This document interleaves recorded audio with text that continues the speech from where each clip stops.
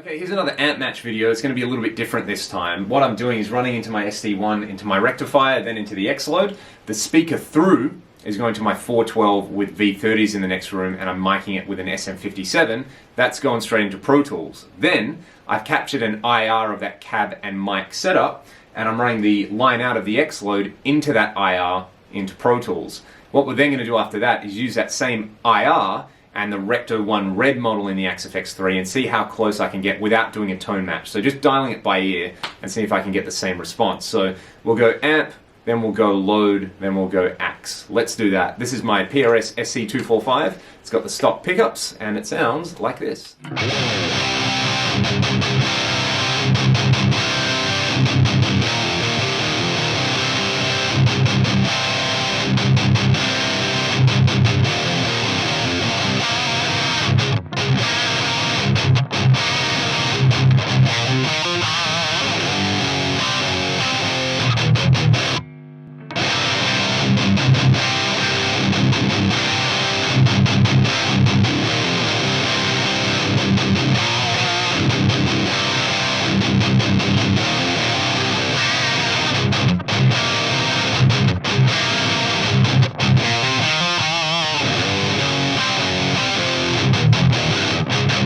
Okay, now here is the axe.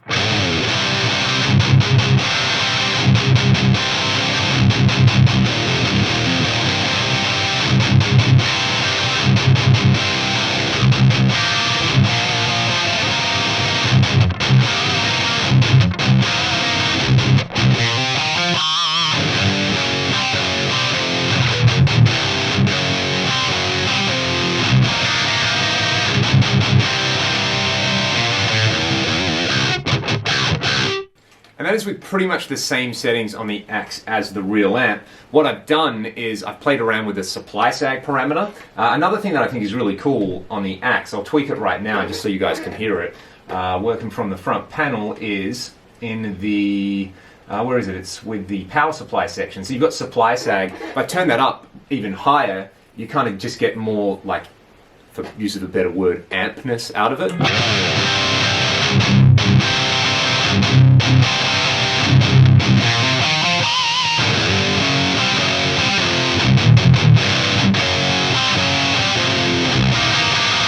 And I'm also pre-boosting that with the Axe SD1 model, which is pretty cool. The other thing that you can play around with is this Variac setting. If you turn it down, I've got it at 75% at the moment, which I find really helps. Take it to like 50 or something, it really kind of gets squishy, which I like.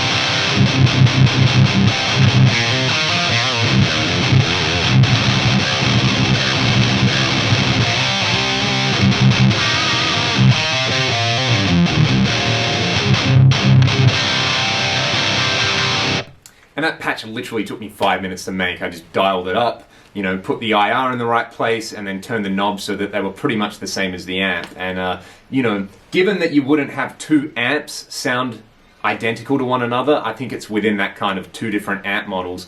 I believe the Axe-FX3 Recto model is based on a Rev F.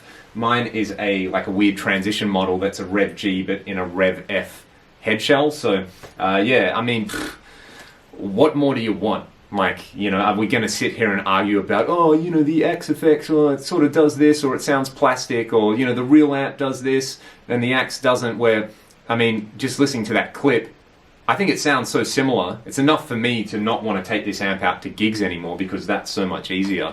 And I think the most important thing is that the sound out of that is inspiring and makes me really want to dig in and play music, and that's all you really need out of a guitar sound. It should be serving, you know, you wanting to play guitar and you wanting to play music, rather than like worrying about, it's the same thing with pedals for me. It's like, oh, you know, this particular version of the clone sounds better than this one, and this guy makes a clone that's closer, and this guy makes a clone but he uses Mojo parts, which is just ridiculous. So, you know, it's basically, you can approach it from the thing is, how accurate is it? Or you can approach it from the idea of like, what sounds good and what's inspiring to play. And I think all of these different settings that I tried inspire me to want to play guitar and make videos and tell you guys about how much it inspires me to play. So yeah, if, you know, have a listen to the clips again, see which one you prefer, And it's pretty amazing that a 3-unit black box can get pretty close to like a Recto and a like loud cabinet with a microphone on it running through a preamp.